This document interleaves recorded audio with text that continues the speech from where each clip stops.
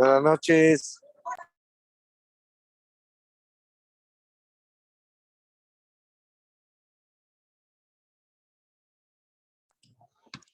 Ya entró el ingeniero, compañeros. Negativo. No. Aún no está.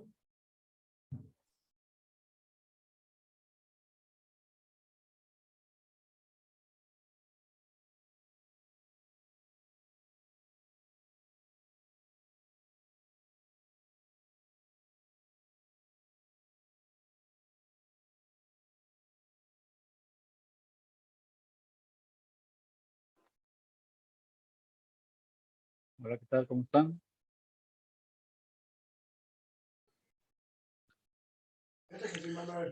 ¿Qué tal? Buenas noches, Inge.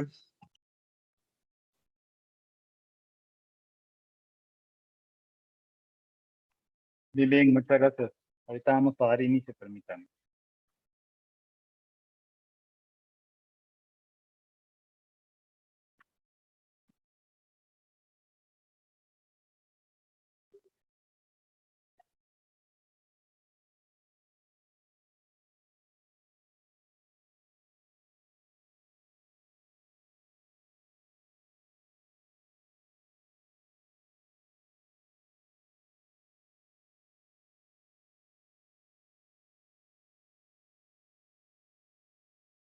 ¿Me confirman si pueden ver la pantalla? Inge, Ya lo clase vemos. 4. Afirmativo, Inge. No, Muchas gracias. Bueno, vamos a iniciar la clase como lo hemos hecho en las anteriores, recapitulando un poco la tarea que estuvimos trabajando durante esta semana. Recuerden que todavía la pueden realizar la entrega el día de hoy, hasta las 11:59. Había quedado la fecha. Bueno, 11:55 es la plataforma, permite eso. Entonces, les había dejado que escucharan un podcast que estaba en la parte de Transformando la Educación, de Más Educación, que es un canal de Perú. En este podcast, pues, se ahonda la conversación acerca de transformando la educación en escenarios online y offline. Como les coloqué aquí en las instrucciones, pues lo que busco en esta actividad era que primero que nada, lo más principal era escuchar y entender lo que hablan estas autoridades en el podcast, refiriéndose acerca de cuáles son esos escenarios, o comúnmente como le llamamos en el ámbito educativo, cómo son esos entornos educativos que actualmente se le ha conocido como antes de la pandemia, post pandemia o durante la pandemia.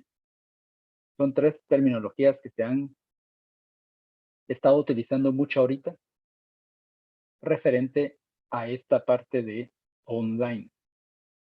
Me gustaría darle la palabra a unas dos personas si me quisieran compartir qué fue lo más interesante que les pareció del podcast, qué lograron entender acerca de los escenarios o entornos virtuales en línea y offline. Si quieren, vamos a empezar por ahí. Le voy a dar la palabra a dos personas.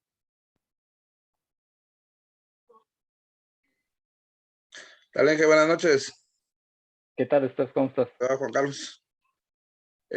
Solo un comentario, a mí algo que me llamó la atención es, comentaba una de las invitadas sobre que le decían a ella que cuándo regresaríamos a la normalidad. O sea, yo siento que la gente pues más grande de edad avanzada que está metida en la enseñanza, pues es la que más creo que le cuesta entrar a esta modalidad ya de la informática prácticamente, ¿verdad? Entonces, ella decía que lo primero que tenemos que hacer es guiar al enseñador, o sea, formarlos a ellos para que ellos pues se empapen también en todo eso, ¿va? Porque a veces ellos pues se les hace difícil y por eso es que ellos quieren regresar al modo antiguo, ¿verdad?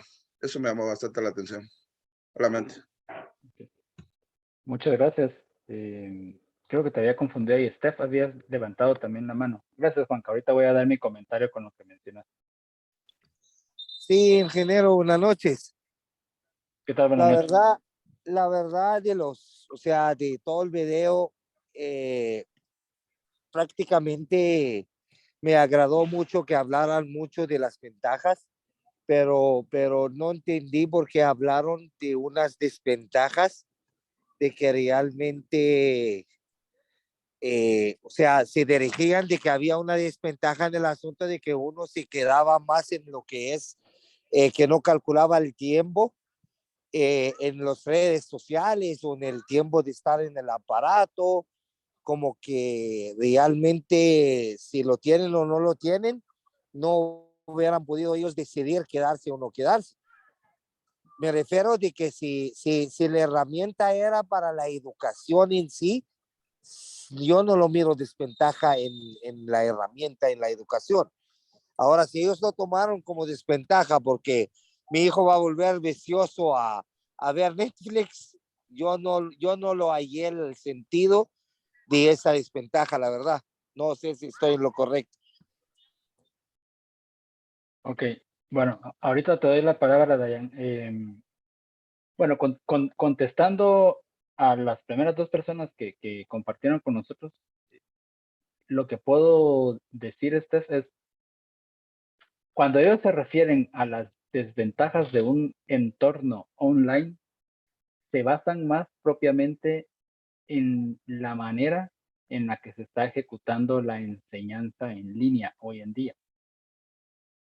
Por ejemplo, los establecimientos educativos, tanto públicos o privados, pero más en lo privado, porque los públicos son relativamente pocos los que pudieran estar implementando esto, pero en el no privado lo que sucede es de que los colegios cambiaron el sistema presencial a lo virtual, pero no utilizando la metodología de educación virtual o el e-learning, como se le conoce. Esto debido a que las personas lo que realizaron fue únicamente adecuar el horario de los estudiantes a la virtualidad. Entonces, de las desventajas que ellos plantean en un escenario online es del poco tiempo productivo, pudiéramos decir así, que los estudiantes pudieran estarle aprovechando al recibir clases de esta manera. Del ejemplo que le estaba mencionando cuando actualmente pasó la pandemia, el Mineduc indicó que se tenía que realizar un cambio a la virtualidad y posteriormente en lo que estamos ahorita, en la modalidad híbrida. Pero lo único que se hizo fue readecuar los horarios. En términos pedagógicos, continuamos en lo mismo. Entonces, a eso se refieren prácticamente cuando pudiera ser una desventaja, porque visto desde el punto de ellos es que no se le sacó provecho a la parte online. Si se dan cuenta ustedes en el título, cuando menciona escenarios online y escenarios offline, podríamos decir que lo único que están haciendo actualmente nuestros hijos, nuestros estudiantes, es que se conectan para tener una comunicación sincrónica con el docente. Más sin embargo, no le están sacando provecho o partido a la tecnología. Veo manos levantadas. Si quieren, les voy a dar la palabra. Creo que Elías levantó primero la mano y después Renzo. ¿Sí, Elías? Sí, Inge. Sí, prácticamente era para responder parte de lo que usted le está explicando ahí a Steve, que él decía que no, tal vez no le entendía la parte de las desventajas. También yo estuve viendo esa parte, la que quería comentar. Y pues tiene razón, va. O sea, hoy en día nos damos cuenta de que no se le está sacando provecho a esa parte porque yo me doy cuenta con mucha gente que, bueno, con niños precisamente, de que, por ejemplo, se conectan a clases virtuales y aún en su cama, ¿va? O haciendo otras actividades, no están prestando la atención adecuada. Entonces, obviamente, ahí no hay un aprendizaje correcto, ¿va? Eh, Prácticamente esa era mi opinión como para, tal vez para responder un poquito ahí a Steve, que que sí hay desventajas, la verdad sí veo desventajas en esta parte. Muchas gracias, Elías. Voy con Renzo y después con Auri. Ok, sí, gracias, profesor. Pues platicando un poquito de la transformación digital aplicado a la educación, que era o es el tema del cual estamos tratando. Yo sí considero que faltan muchos factores para que un país como el nuestro tenga esa transformación digital aplicada a la educación. Primero porque una transformación digital envuelve un ecosistema al cual no solo es tener una conexión de video para recibir una charla o una plática, sino prácticamente tener la base sólida que son las telecomunicaciones, porque una de las ventajas es de que se puede llegar a miles o millones de niños o de personas para educarlos en un país, pero la contraparte es, ¿será que el país está preparado con las telecomunicaciones para que todos tengan un buen acceso a Internet y puedan hacer uso de la herramienta? Y el ecosistema son las personas también que capacitan, no solo las que reciben, sino los que capacitan si estamos entrenados para esa transformación. Y como mencionábamos la vez anterior, si el país está preparado, si las leyes están preparadas con regulaciones que permitan que a una educación digital se pueda dar con todas las de la ley y que a nosotros podamos a tener acceso a esas escolaridades, a esos certificados para poder graduarnos de esa forma. A nivel de niños, yo lo veo un poquito la desventaja que miro en los niños es de que ellos, pues, ellos necesitan tener contacto con otros seres humanos. No podemos tratar de que todo sea digital, porque ellos necesitan tener relaciones humanas, tener ese roce humano, desarrollarse, equivocarse, y definitivamente una educación digital lo va a volver muy impersonal. Tal vez ese será en resumen los comentarios que yo tengo. Muchas gracias, Renzo. Ahorita voy a dar mis apreciaciones con lo que mencionaste. Vamos Bien. con Auri y después continuamos con la clase. Auri. Buenas noches, ingeniero. Mucho gusto. Saribel Oloroso. Mucho gusto. Yo la verdad, en mi medio, yo soy docente de primaria en área rural. Para nosotros, una desventaja total. En primer lugar, por el área rural. Viéndolo, yo lo veo en los dos puntos, ¿verdad? En el área rural y en el área privada. ¿Por qué? En el área privada, todos los beneficios. Más sin embargo, la forma en la que se insertó la tecnología en los niños, porque yo me involucro más con los niños, no digamos los adolescentes. El papá, como que llegó para ellos el utilizar la tecnología sin un previo, como una capacitación para ellos y decirles de este modo se va a utilizar la tecnología. El papá de familia vino y compró un dispositivo a los hijos y hasta ahí nada más. Los niños son muy inteligentes. A los niños no se les quita nada. Ellos, desde que tienen 6 años, ellos ya saben qué van a hacer con el dispositivo. Sin embargo, el papá de familia compró, les dio, les mostró cómo ellos iban a recibir sus clases y ya no hay supervisión del padre de familia. A raíz de, se dieron un montón de situaciones porque ya entre los chicos ya hubo mucha falta de respeto por la misma razón de que no se le da una supervisión a ellos. Hablando del área privada. Con nosotros en el área rural, totalmente en el abandono, porque claramente en el área rural pues no todos tienen la misma facilidad, empezando porque no hay una señal telefónica estable. Yo estuve en una comunidad que se llama Cerro Blanco, acá en Sanarate, que yo les daba a los chicos mi número de teléfono cuando empezó la pandemia y les decía, si tienen alguna duda de la hoja de trabajo, porque yo no les podía mandar una hoja de trabajo por medio de una aplicación, ellos, señor, pero no le podemos llamar para resolver la duda porque tenemos que ir a la antenita, me decían ellos. Y la antenita estaba en un cerro, ya se imaginan, ¿verdad? Por desde allí, Cerro Blanco. Entonces, en el área rural no hay educación virtual.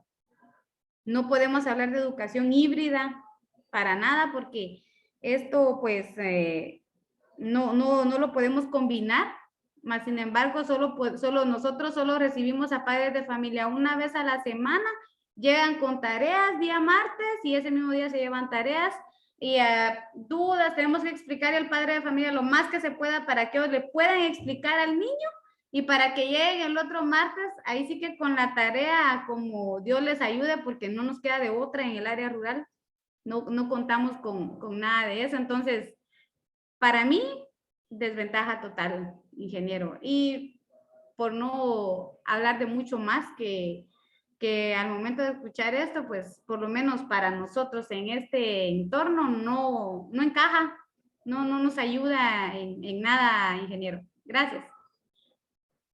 Sí, muchas gracias. Vean, con los comentarios de Renzo y Auri, como mencionaba Renzo, hay una palabra, hay un concepto, mejor dicho, clave ahí que él mencionó y ahonda la transformación digital.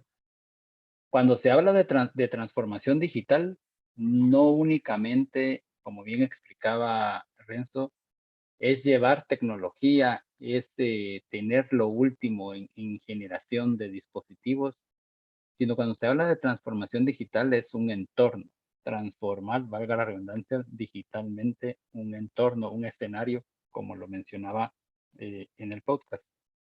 Pero ese entorno no viene propicio con infraestructura. Entonces ahí es donde abordo un poco lo que mencionaba Auri, en que lamentablemente nuestro sistema educativo, y esto va en general, independientemente hablando solo del área de informática, empiezan un proyecto y no sé si ustedes sabían que el Ministerio de Educación, cuando sucedió la pandemia, lanzó una plataforma gratuita, que esa plataforma está desarrollada en un software que se llama OpenEDX, y ustedes, si son docentes del área pública, ustedes pueden descargar todas las guías, todas las clases en esa plataforma. Está desde primero primaria hasta sexto primaria. Lamentablemente, y eso se los platico porque todo surgió. Estábamos en una consultoría en Ministerio Público y nosotros pues estábamos programando la parte de OpenEDX para el Centro de Capacitación del Ministerio Público. En una de esas charlas pues llegaron los del Ministerio de Educación, se dieron cuenta de lo que estábamos haciendo y ellos dijeron vamos a hacer lo mismo. Aquí recaigo y lo que mencionaba tanto Renzo como Auri, el poco desarrollo profesional hacia los docentes. Viene el Mineduc y dice vamos a lanzar tecnología, vamos a poner una aplicación, los docentes van a poder descargar todas las guías curriculares, los alumnos se van a poder conectar y descargar las hojas de trabajo. Y entonces caemos en el punto principal, como decía Auri, bueno, y lo público, y me están hablando de una aplicación y el internet, como decía Ren, y las telecomunicaciones. Entonces, crean un megaproyecto cuando en sí no era ese el camino más idóneo. De igual forma, la tarea o este tipo de actividades que lo ponen a uno a pensar esto de la transformación digital, de la tecnología, que no únicamente es saber utilizar algún programa, etcétera. Sinceramente lo ponen a uno a pensar cómo pudiéramos cambiar nuestro país con este tipo de cosas. Y ahí es donde vuelvo a mencionar yo la importancia de no darle únicamente, voy a usar la expresión voz y voto a un software a decir, no, es que yo tengo que aprender Word. Ah, es que este ingeniero no me enseña Excel. No, es que yo quiero aprender PowerPoint. No debemos enfocarnos únicamente en una herramienta, sino en las generalidades básicas, intermedias y avanzadas que pudiera conllevar el uso de la tecnología. Hay otro punto que mencionaba otro compañero que decía que los jóvenes hoy en día ya nacen con la tecnología y los adultos les es un poco más difícil el utilizarla. Sí y no. Los que son docentes estarán de acuerdo conmigo que estamos completamente de acuerdo que los jóvenes de hoy en día, les hablas de TikTok, lo pueden usar, les hablas de redes sociales, las pueden instalar, pero les hablas de una aplicación, de que tienen que subir una tarea y los mataste completamente. Profe, ¿y qué hago? Profe, ¿y aquí dónde instalo? Mire, explíqueme. Muchas veces lo hacen por atrasar los procesos, porque de repente ya lo saben, pero en un alto porcentaje la experiencia te dice de que el alumno sabe utilizar la tecnología para su propio beneficio. ¿Qué videojuegos, qué aplicaciones de redes sociales, qué entretenimiento? O sea, a ellos les puedes decir, la abuelita les puede decir, mire, me dijeron que viera una película en Netflix. Mire, mijo, ¿qué es Netflix? Espérese, abuelita, le voy a instalar Netflix y mire, aquí está su película. Cosas que antes, como lo he mencionado en varias ocasiones, nosotros debíamos de o recibir, puede sonar muy, voy a usar la expresión tonto o ridículo para algunos, pero es que ustedes antes poder enviar un correo electrónico, no sé si alguien de aquí tuvo esa oportunidad, pero yo, que no me considero tan grande, recibí cursos, pero no les estoy hablando en el colegio, yo pagué por cursos para aprender a usar el internet. Eso les hablo en la época del año 98, 2000, que empezó, ¿sí? Empezó el auge de todo esto. Entonces uno recibía esos cursos. Entonces, eso se lo platica uno a sus hijos y le dicen, qué ridículo mi papá recibiendo cursos para enviar un correo. Pero es que era un concepto nuevo.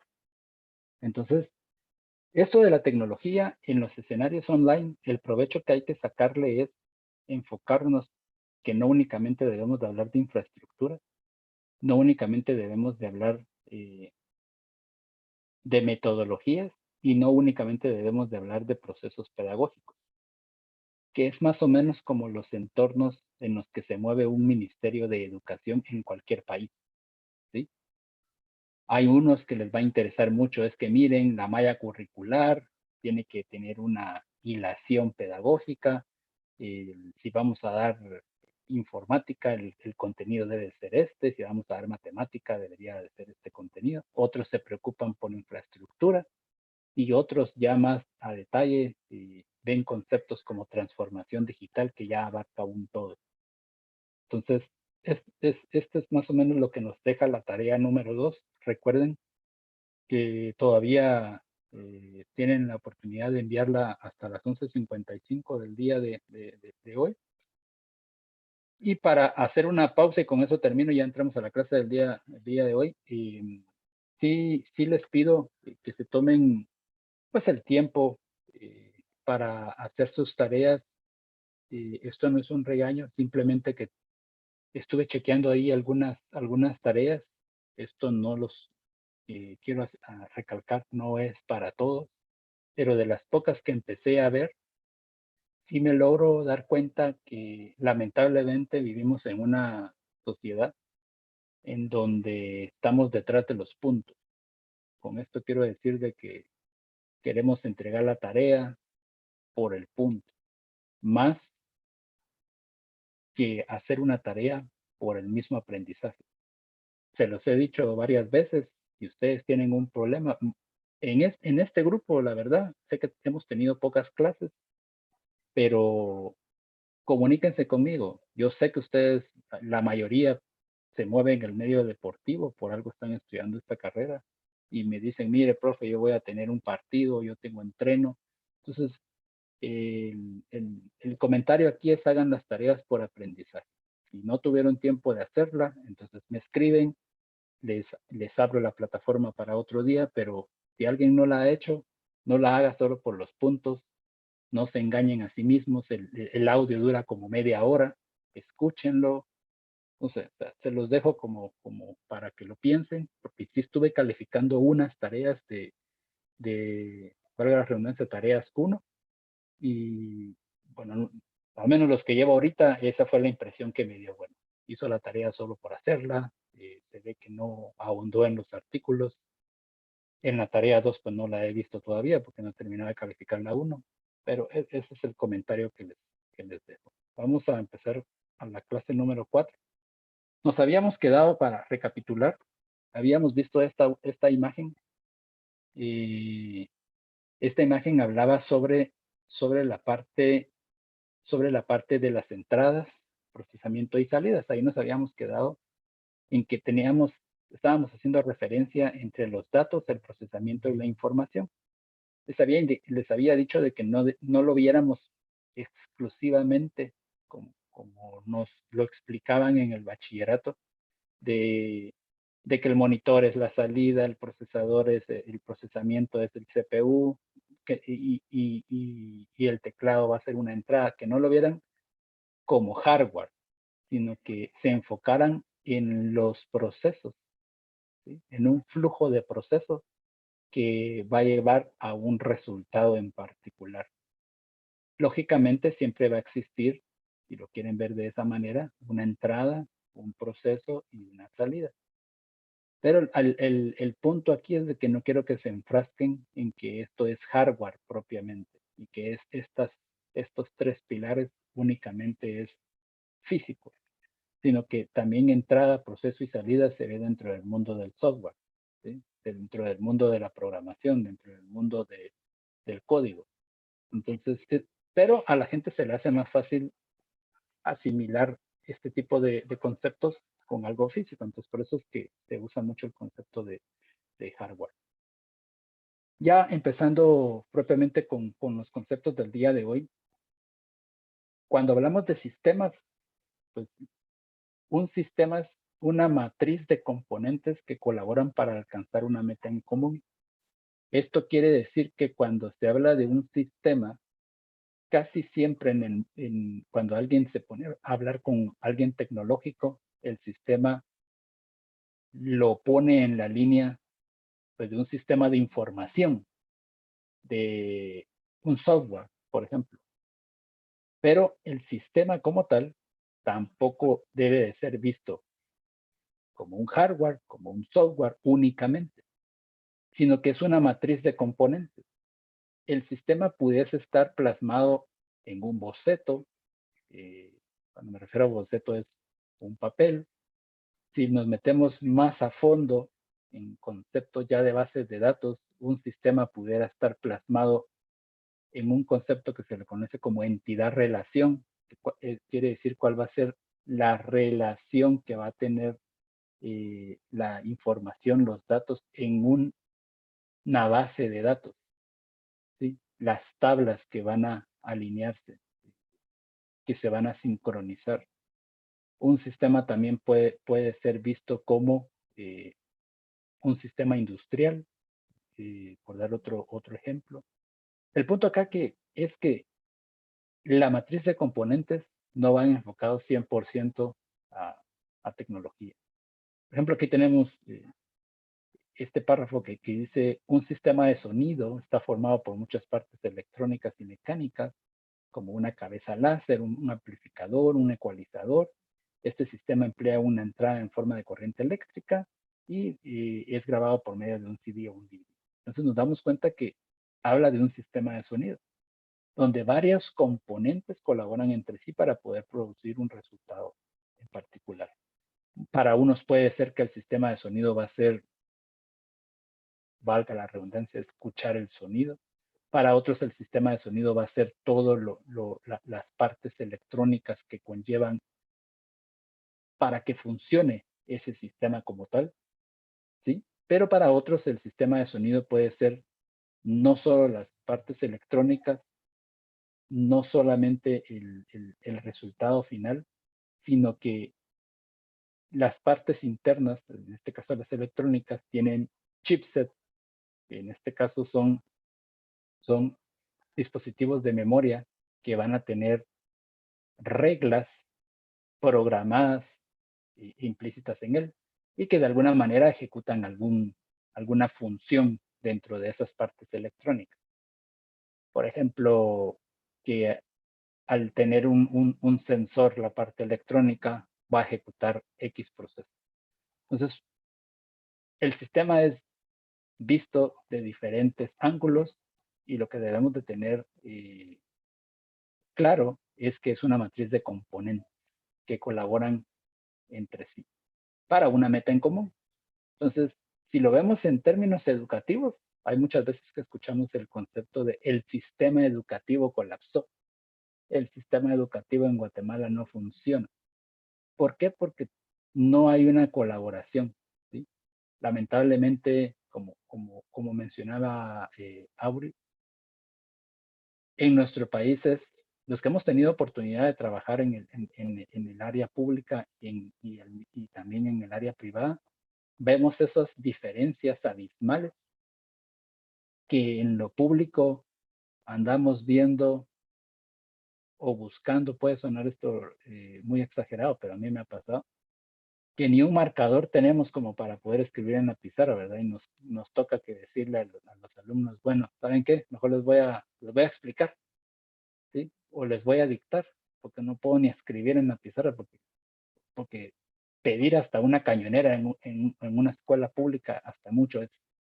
Hay escuelas públicas también que están muy bien equipadas, que hasta deja mucho que desear un colegio privado en la zona 1, que a veces lo privado no por ser privado es que sea bueno.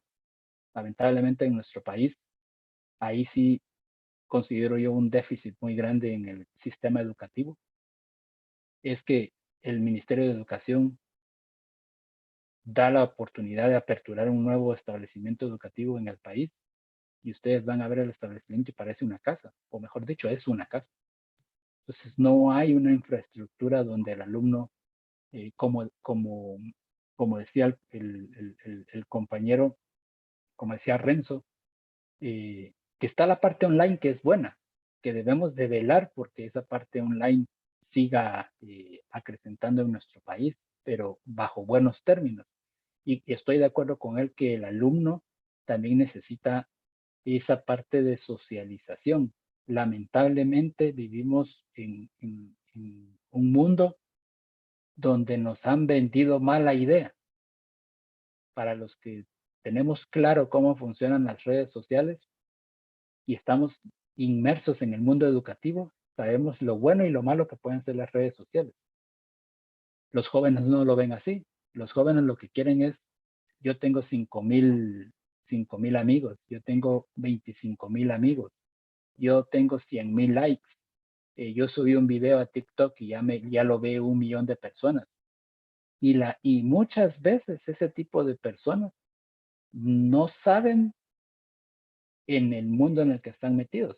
Cuando me refiero a esto es que hay un sistema de información, un sistema de mercadeo digital que ellos pudieran verse inmersos y aprovecharse, si lo quieren ver así, de sacarle el jugo a esto. Pero lamentablemente la mayoría lo hace para hacer bromas, para jugar, para bromear, y no tienen ni la más mínima idea de lo productivo que puede ser TikTok, si lo quieren ver desde un punto de vista eficaz. TikTok tiene sus ventajas. Si sabes aprovecharlo, eres youtuber, eres una persona que influencer, como utilizan mucho la palabra ahorita, puedes sacarle provecho a esa parte. Pero tienes que saber cómo funcionan todos esos componentes y cómo colaboran entre sí, o sea, el sistema. ¿Sí? El sistema puede tener varios funcionamientos. En este caso puede ser relevante, ¿sí? Cuando hablamos de que el sistema puede ser relevante, nos estamos refiriendo a que la información debe de ser capaz de relacionarse con el problema en cuestión.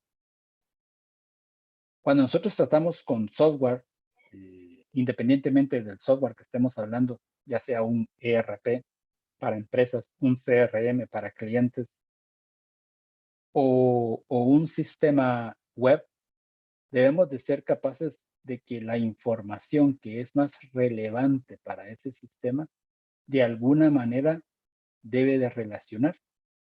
Si no existe una relación, entonces no se le pudiese llamar sistema. ¿Por qué? Porque si yo tengo, voy a usar el ejemplo de una base de datos, por ejemplo, de futbolistas. Si yo estoy construyendo un sistema de información para un equipo de fútbol y yo no considero relevante relacionar la información entre las posiciones que tiene un jugador con el número de camisola que pudiese tener un jugador y que ese número de camisola del jugador representa un identificador único, ¿sí? Que comúnmente se le conoce como ID. Ese identificador único para nuestro país le conocemos como DPI. Para el equipo de fútbol pueden haber dos identificadores, ¿sí?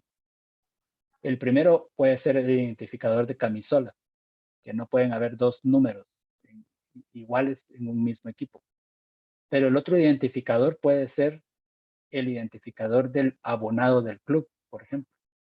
Cuando tenemos un club que tiene un proceso o mejor dicho, un sistema de canteras y que el chico empieza desde los 14 años, desde los 16 años y que va subiendo en que ahora juega en la especial y que ahora ya juega en la primera división o en la tercera división, porque hay equipos de fútbol que ya tienen varios equipos en las ligas y después en la mayor. Entonces, puede ser que ese puede ser otro identificador desde que ingresó al club.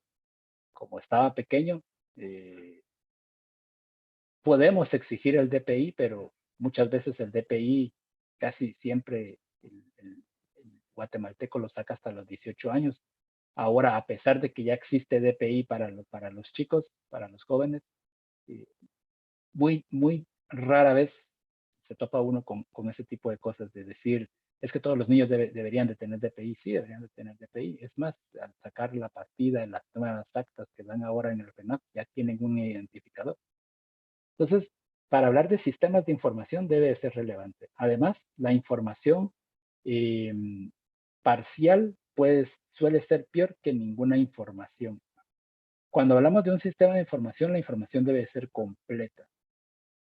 Viéndolo en el ejemplo que estábamos comentando hace un rato de un equipo de fútbol, no puedo pretender yo en decir, bueno, sí tengo la estatura del jugador, pero fíjense que no tengo la posición y no tengo el peso del jugador. Yo no puedo considerar eso a un sistema. ¿Por qué? Porque la información debe de ser completa, si no, entonces mejor no tengo nada, ¿sí? Y recuérdense, cuando estamos diciendo sistema, como lo dijimos aquí, es una matriz de componentes que colaboran para alcanzar una meta en común. No estamos hablando, es que el INGE dice sistema, entonces, ¿qué sistemas pueden existir en el fútbol? No, porque ustedes pudiesen tener un sistema de información en una hoja de Excel, que para algunos va a sonar como esto no es un sistema, lógicamente no va a ser un sistema porque no existe una base de datos, no hay una relación entre tablas, pero una hoja de Excel, así como puede ser muy básica, puede ser muy compleja, ¿sí? Hay unos conceptos ahí en Excel que menciona sobre los macros. Los macros quiere decir que yo puedo unir varias tablas entre sí. Y las tablas pivote, que yo puedo ir manipulando la información entre las hojas de Excel para poder obtener hasta KPIs, si lo quieren ver así, que son los rendimientos de eficiencia de una persona, etcétera. Entonces, hay que verlo desde esa perspectiva. La información errónea puede conducir a decisiones desastrosas. Esto quiere decir que la información dentro de un sistema debe de ser preciso. Por ejemplo, un registro incorrecto de la reacción de un paciente a la penicilina puede provocar que un doctor dañe al paciente cuando cree que lo ayuda. Eso quiere decir que un sistema, como va abonado, es una matriz de componentes. Cuando se interrelacionan entre sí, no debe existir un error. Con esto, lo que quiero tratar de comentar es de que los errores humanos pueden existir. ¿Sí? El programa puede tener errores de programación, errores de código que conlleven a que un resultado no sea el preciso. Sin embargo, lo que busca un buen sistema de información es que la información sea precisa. Yo estoy buscando más en un sistema para un equipo de fútbol, yo estoy buscando cuál es,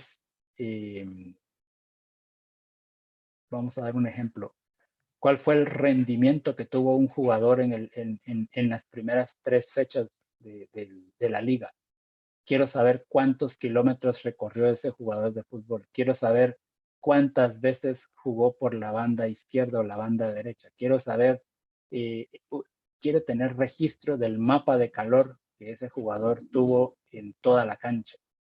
Eso tiene que ser preciso, porque entonces la persona que va a visualizar o va de alguna manera manipular los datos para obtener información, debe ser preciso. Si no, entonces al técnico, ¿qué le vamos a pasar? ¿Verdad? Yo no le puedo decir, fíjese que el sistema nos tira como que puede que se iba por la derecha, pero puede que también se iba por la izquierda. Entonces, eso no es preciso. El sistema debe de ser completamente preciso, valga la redundancia, para darnos esos datos informativos. Las decisiones suelen basarse en la información disponible más reciente. Esto quiere decir que un buen sistema de información debe mantener actualizada la información y los datos. Y al mismo tiempo debe de ser capaz de mantenerse actualizado. Esta expresión que voy a utilizar no quiere decir que así es para todos los sistemas. Va a depender mucho de la programación que se le haya dado. Pero en teoría los sistemas deberían de mantenerse actualizados independientemente del hardware y software en el que vayan a ser instalados. Si yo voy a construir un sistema de información para un equipo de fútbol y yo lo desarrollé para Windows 10, ¿sí? Con una tecnología de .NET, voy a utilizar un lenguaje de programación. Si no lo conocen, pues no hay problema, solo es un lenguaje de programación para darles un ejemplo. Y resulta que ahora Windows 11 no soporta .NET porque ya utilizan otro framework, que es otro marco de trabajo, ¿sí? Sería la expresión en español, para poder programar y que sí sea capaz ese sistema de funcionar en Windows 11. El sistema debe de ser capaz de ir evolucionando conjuntamente con el sistema operativo. Lamentablemente, la vida real no es así. ¿Por qué? Porque los sistemas son creados con cierto lenguaje de programación, que ese lenguaje de programación fue creado para que funcionase en un sistema de operativo en particular, y pues al final de cuentas ese es el negocio de la informática. Ustedes me contratan a mí para hacer un sistema y ustedes me dicen, fíjese ingeniero, que el sistema queremos que funcione en Android porque todos tenemos Android. Y después resulta que me dicen, fíjese que ahora el nuevo presidente del club usa iPhone, instálele el programa, no va a funcionar. ¿Por qué? Porque en términos de programación, Android trabaja sobre un lenguaje que se llama Java y Apple trabaja sobre un lenguaje que se llama, el más reciente es Swift, pero la base es C. Entonces son completamente lenguajes distintos, ¿sí? Son distintos, entonces no va a haber manera, pero un buen sistema de información debería de poder dar esa opción. Es por ello de que las buenas aplicaciones, ahorita que nos manejamos en el mundo móvil, ya sea juego, ya sea entretenimiento o ya sea para el mismo trabajo que lo queramos usar, dense en cuenta que ustedes instalan, vamos a mencionar una, Netflix, y Netflix está soportado para Android y para Apple. De repente para Huawei no, pero por el problema que les mencioné hace unas semanas, de que Huawei tenía ese problema de que tuvo dificultades con Google, pero ahora ya lanzan la nueva plataforma. Además, en un ambiente de negocios, el costo por obtener información debe considerarse como un elemento de costo relacionado con cualquier decisión. Por ejemplo, dice, se debe investigar la reducción del riesgo de un fracaso en la mercadotecnia cuando existe demanda para un nuevo producto, pero si la investigación cuesta demasiado, el costo de obtener la información puede disminuir las ganancias. ¿Esto qué quiere decir? Que un sistema de información debe de ser capaz, voy a usar ahí la expresión que mencionaba Renzo, tiene que existir una transformación digital en un sistema de información a tal punto de que para la empresa las ventas que pudiesen llevarse a cabo por medio de este sistema deban de reflejarle los resultados deseados o no deseados al dueño de la empresa. Esto lo que quiere decir es de que todo sistema de información debe de ser capaz de dar resultados. Y cuando me refiero a resultados, no son específicamente, es que yo estoy pidiendo que me busque todos los productos que se venden en Guatemala. No estamos hablando que me muestre gráficas, que me muestre cuáles fueron las ventas de la semana pasada, que me muestre cuáles fueron las ventas de esta semana. Entonces, a eso se refiere que esa parte debe de ser económica en el sentido figurado de que si ya implementé un sistema de información, ese sistema debe de ser capaz de darme esos resultados que yo espero obtener. Ahora, si yo ya estoy precisando de una herramienta de terceros, como normalmente se le usa esa expresión, cuando decimos herramienta de terceros es que ustedes tienen que utilizar otro software para obtener la información que no pudieron obtener en un sistema en particular. ¿Sí? Entonces ahí estamos hablando de una herramienta de terceros. Para ver así rápidamente estas definiciones que estoy casi seguro que ya todos las conocen. La expresión de hardware viene del origen de la palabra inglesa hard, duro, y ware, conjunto de elementos. Entonces, el hardware debe de ser visto como un conjunto de elementos que conforman un equipo de cómputo. En el bachillerato, en el básico, se nos enseñó a que el hardware es todo lo tangible, todo lo que puedo tocar, y el software es todo lo intangible. ¿Sí? Es un concepto que sí hasta cierto punto es considerable bueno, pero ya en términos ya que estamos personas adultas, pues ya podríamos darle una definición más compleja, que es el conjunto de todos los elementos que conforman un equipo de cómputo. No necesariamente solo lo que puedo tocar y lo que no puedo tocar. Cuando nos decían en la primaria, usted lo que pueda ver es hardware, y lo que no pueda ver, ¿y qué no puedo ver? El código no lo puede ver. ¿Sí? El código binario no lo puede ver, los ceros y los unos no lo puede ver, pero eso existe en la computación. Ya hablando propiamente del software, proviene de soft, de blando o suave, y ware también del conjunto de elementos. Entonces, podríamos decir que el software son los elementos suaves que corresponden al sistema de cómputo. En un sentido más técnico, el software son todos los programas, aplicaciones que involucran un sistema de cómputo, pero hay una parte indispensable acá que aborda todos aquellos lenguajes de programación que hacen que funcione un equipo de cómputo. Cuando hablamos de lenguajes de programación, aquí tenemos que tener claridad y no busco específicamente que ahondemos mucho detalle en esto, pero es bueno que se conozca que un Windows, por ejemplo, no es un lenguaje de programación. Cuando se habla de un lenguaje de programación es el lenguaje con el que fue construido ese sistema. ¿Sí?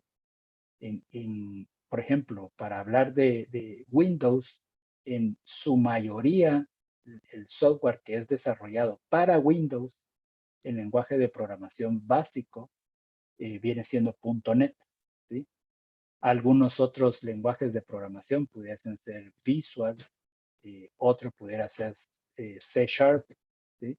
O F Sharp, que también puede ser lenguajes que funcionan en Windows.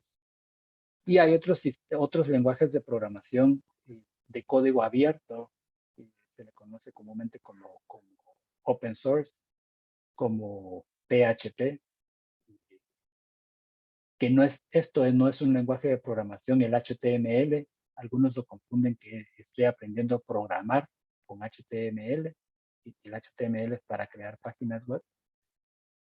Pero el HTML es un lenguaje de marcado de etiquetas. ¿Sí? Eso es una diferencia abismal entre decir yo programo y yo no programo.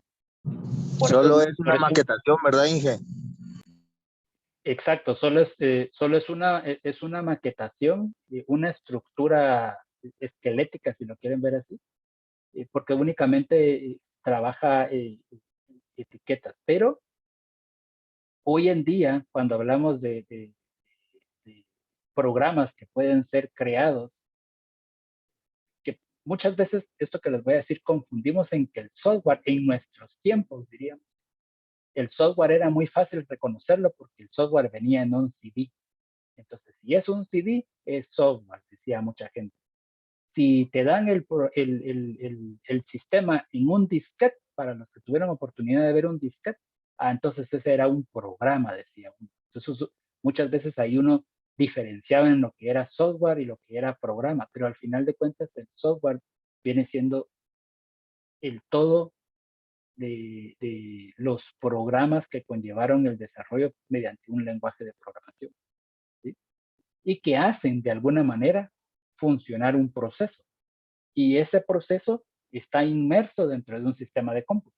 Entonces, si se dan cuenta, ahí poco a poco va uno viendo, bueno, el software, el INGE habla de lenguajes de programación y el software está inmerso en un sistema de cómputo y el sistema de cómputo son elementos que tienen que funcionar entre sí para darme un resultado y el sistema de cómputo está implícito en un hardware y el hardware son elementos de un sistema de computación que pueden ser, si lo quieren usar la expresión de todo lo tangible, de todo el equipo electrónico, y el equipo electrónico tiene un procesamiento de información que al final va a tener entrada o salida. Entonces, de todos esos conceptos que hemos visto, son básicos para entender el funcionamiento del sistema. El software se puede clasificar en 7 grupos, y esos grupos pudiéramos decir que está el software de sistema, era lo que les decía, cuando hablamos propiamente de un sistema es el sistema operativo. El software de sistema es sistema operativo. ¿Qué sistemas operativos existen? Normalmente en un 99.9%, por no decirle 100%, la gente se familiariza mucho con Windows, ¿sí? Y no estoy hablando de qué versión de Windows, porque Windows existe N cantidad de versiones, Windows 95, 98, Millennium, XP, etc. Hay un montón de versiones de sistemas operativos de Windows, pero el sistema como Windows.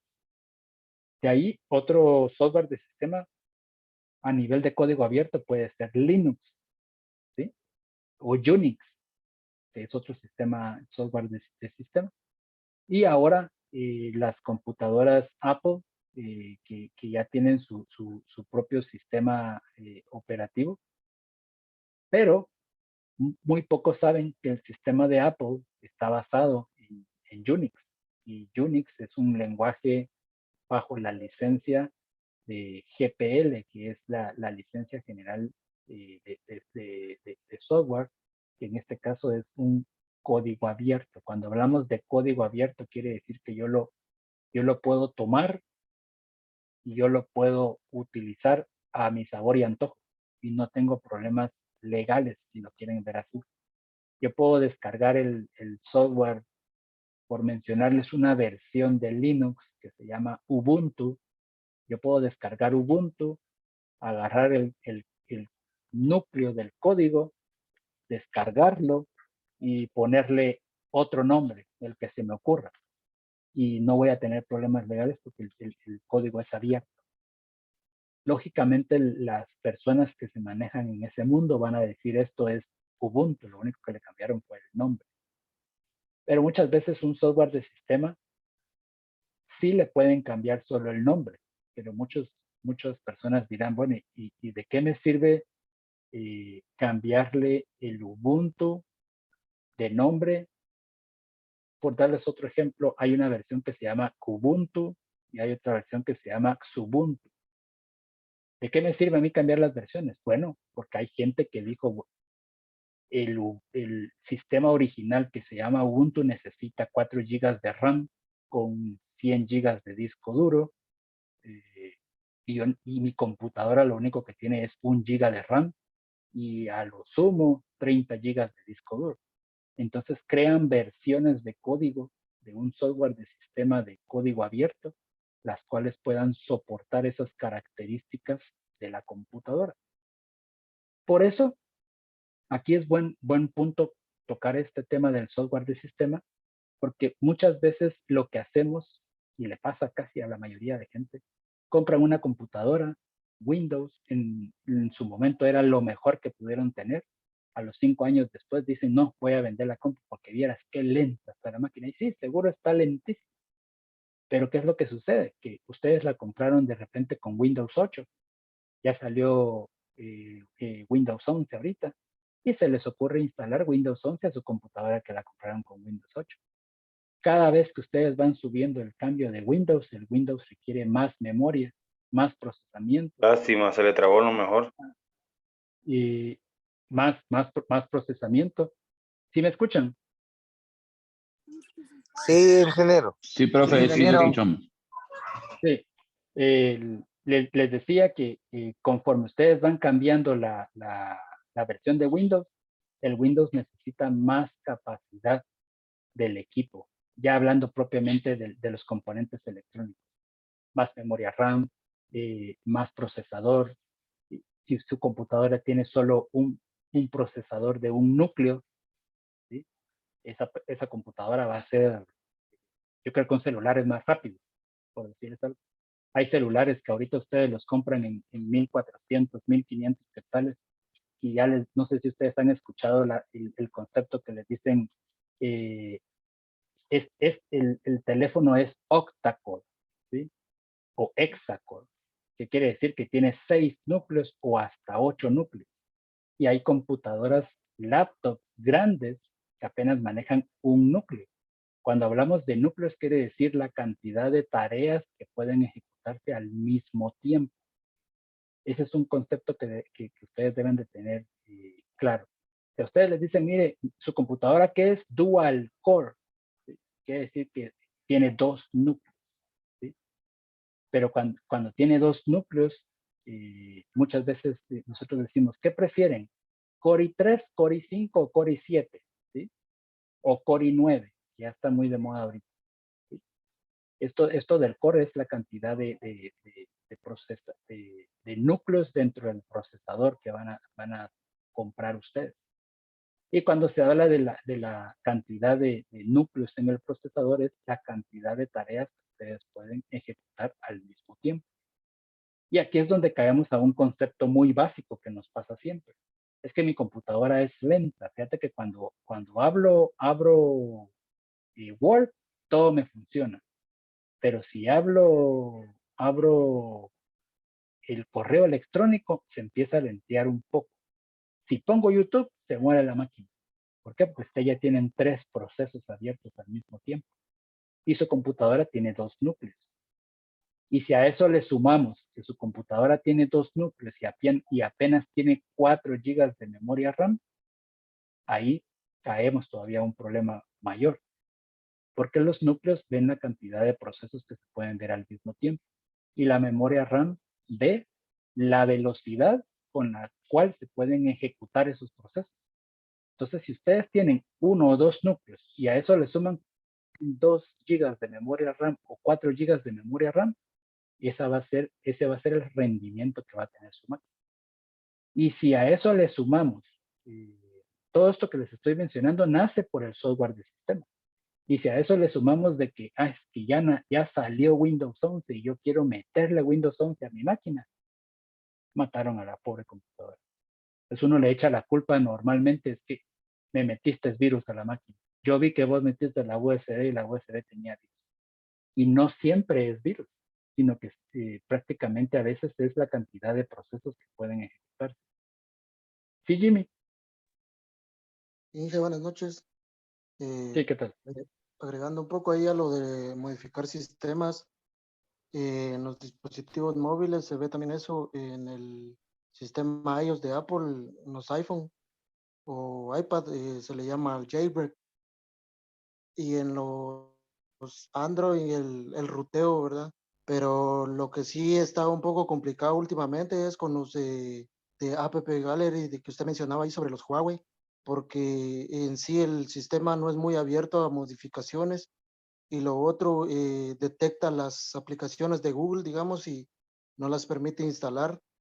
Entonces, hasta cierto punto ahí hay cierta seguridad de ambas partes que dejan intermediario al usuario, ¿verdad?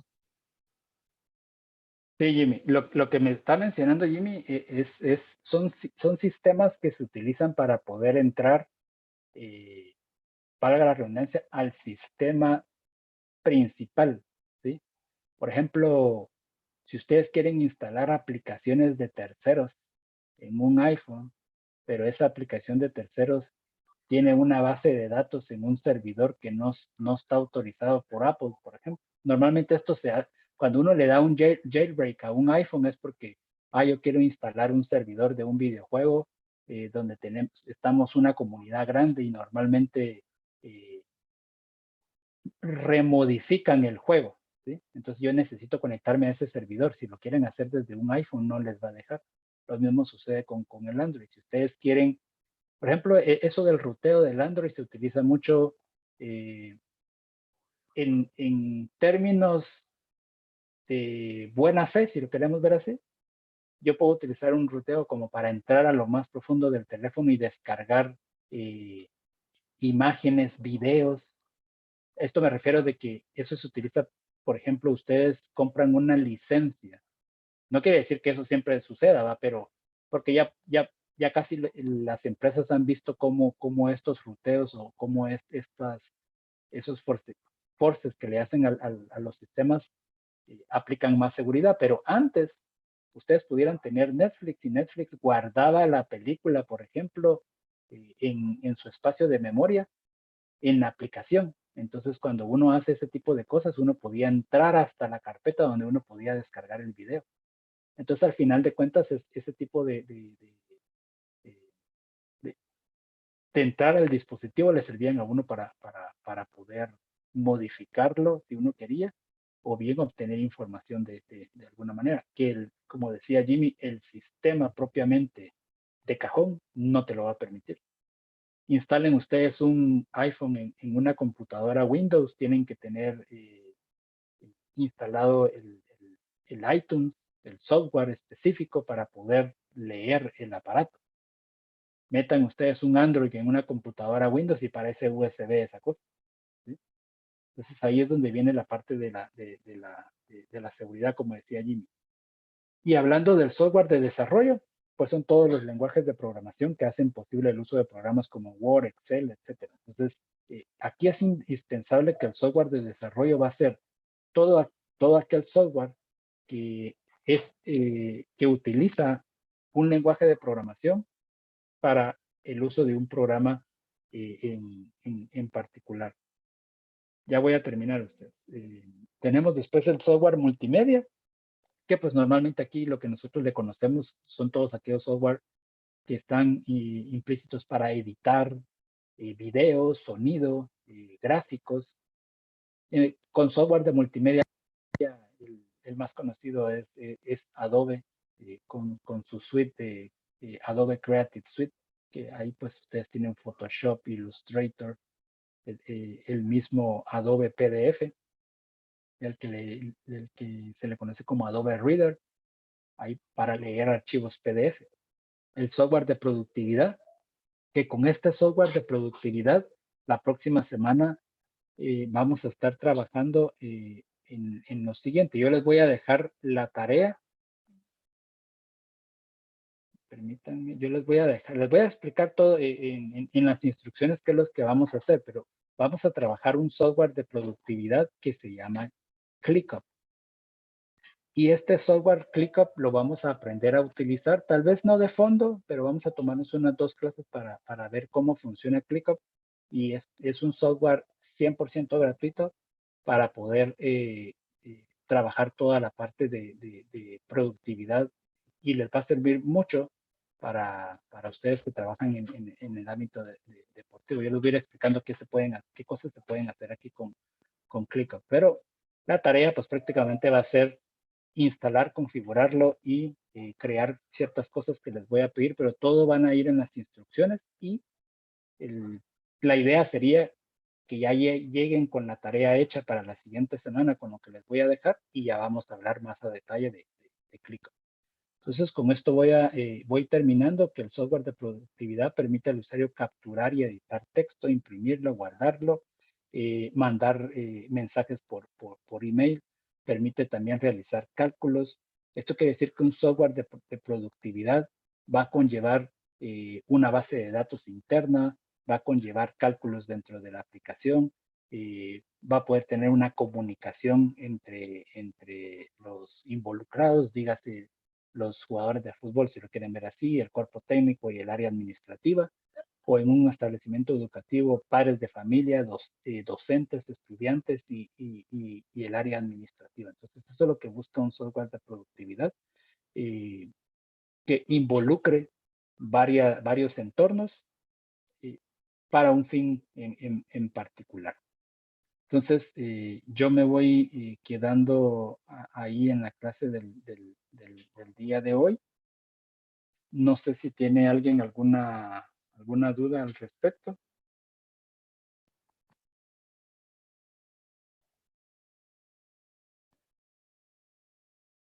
Mientras, por si alguien tiene alguna duda, voy a